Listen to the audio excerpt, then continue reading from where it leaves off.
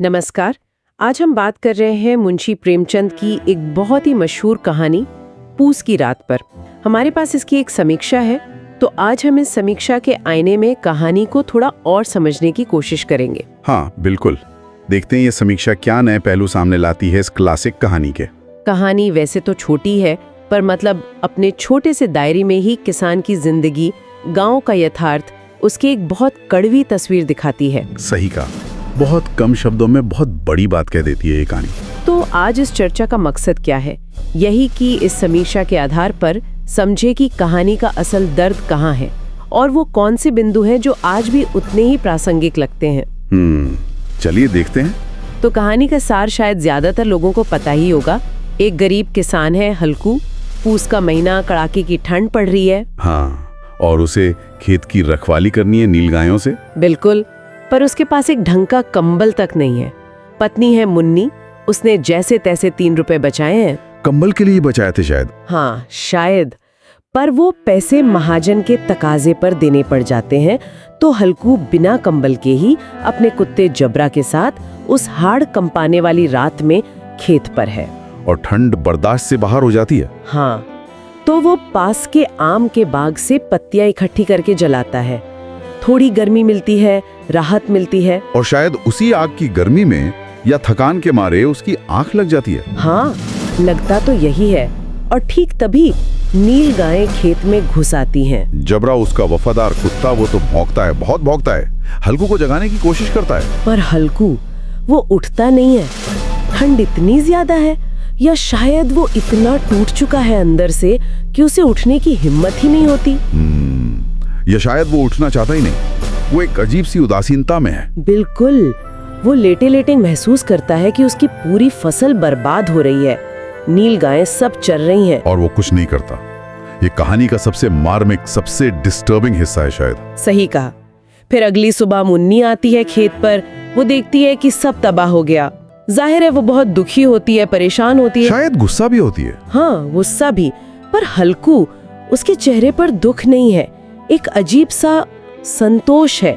और वो कहता है रात को ठंड में यहाँ सोना तो ना पड़ेगा। हाँ, ये लाइन कमाल की है। और यहीं पर समीक्षा भी फोकस करती है ना? बिल्कुल, समीक्षा इसी बात को पकड़ती है। प्रेमचंद ने कितनी सादगी से, बिना किसी बड़े भाषण के, गरीबी की मार और इंसान की बेबसी को दिखा दिया है।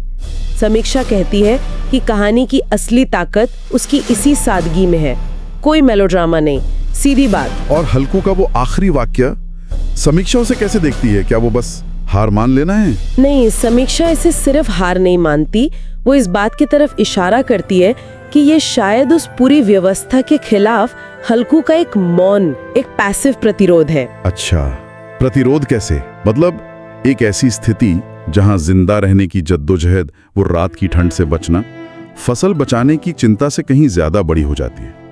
समझ रही हूँ, प्राथमिकताएं बदल जाती हैं। हाँ, ये सिर्फ लाचारी नहीं है, ये शायद गरीबी का वो मनोविज्ञान है जहां इंसान को अपनी ही बर्बादी में एक तरह की राहत दिखने लगती है, बोझ उतर जाने का एहसास। ये बात तो सोचने वाली है कि अपनी तबाही में राहत ढूंढना, क्या ये एक तरह का डिफेंस मैकेनिज्म है उस कठोर सच्चाई से बचने का? हो सकता है। समीक्षा इसी जटिलता पर जोर देती है और साथ ही प्रेमचंद की भाषा की तारीफ करती है। हाँ, भाषा तो कमाल की है, एकदम सीधी, सरल। लगता है जैसे पात्र हमारे सामने ही खड़े होकर बात कर रहे हैं। वो गांव, वो सर्दी, वो रात, सब आंखों के सामने आ जाता है। बिल्कुल, पाठक कहानी से जुड़ जाता है। और अगर हम बड़ी तस्वीर देखें तो समीक्षा इस कहानी को सिर्फ एक व्यक्ति की ट्रेजेडी नहीं मानती। अच्छा, तो फिर क्या मानती है? इसे उस समय के कृषि समाज का, किसानों के लगातार चलने वाले संघर्ष का, उस शोषण वाली व्यवस्था का एक सामाजिक दस्तावेज मानती है। एक सोशल कमेंट्री। हाँ, कहानी दिखाती है कि कैसे गरीबी इंसान की संवेदनाओं को कुंद कर सकती है, बिल्कुल, उसे तोड़ सकती है, उसकी क्रूरता को दिखाती है। तो मतलब इस समीक्षा के हिसाब से पूस की रात सिर्फ गरीबी के बारे में नहीं है, बल्कि गरीबी इंसान पर क्या असर डालती है उसके बारे में ज्यादा है। बिल्कुल, और साथ ही ये प्रेमचंद की कहानी कहने की अद्भुत क्षमता का भी प्रमाण है। इसमें तो कोई शक नहीं। समीक्षा का मानना है कि ये कहानी भारतीय साहित्य को और उस दौर के समाज को समझने के लिए बहुत जरूरी है। ये हमें सोचने पर मजबूर करती है। सही है। और शायद यहीं पर एक सवाल हमारे सोचने के लिए भी छोड़ जाती है ये समीक्षा, कि जब हालात इंसान को इस हद तक बेबस कर दें कि उसे अपनी मेहनत की बर्बादी में सुकून मिलने लगे, हाँ, तो फिर हमारे लिए सही और गलत, अच्छा और बुरा, इन सब की परिभाषाएं कितनी मायने रखती हैं?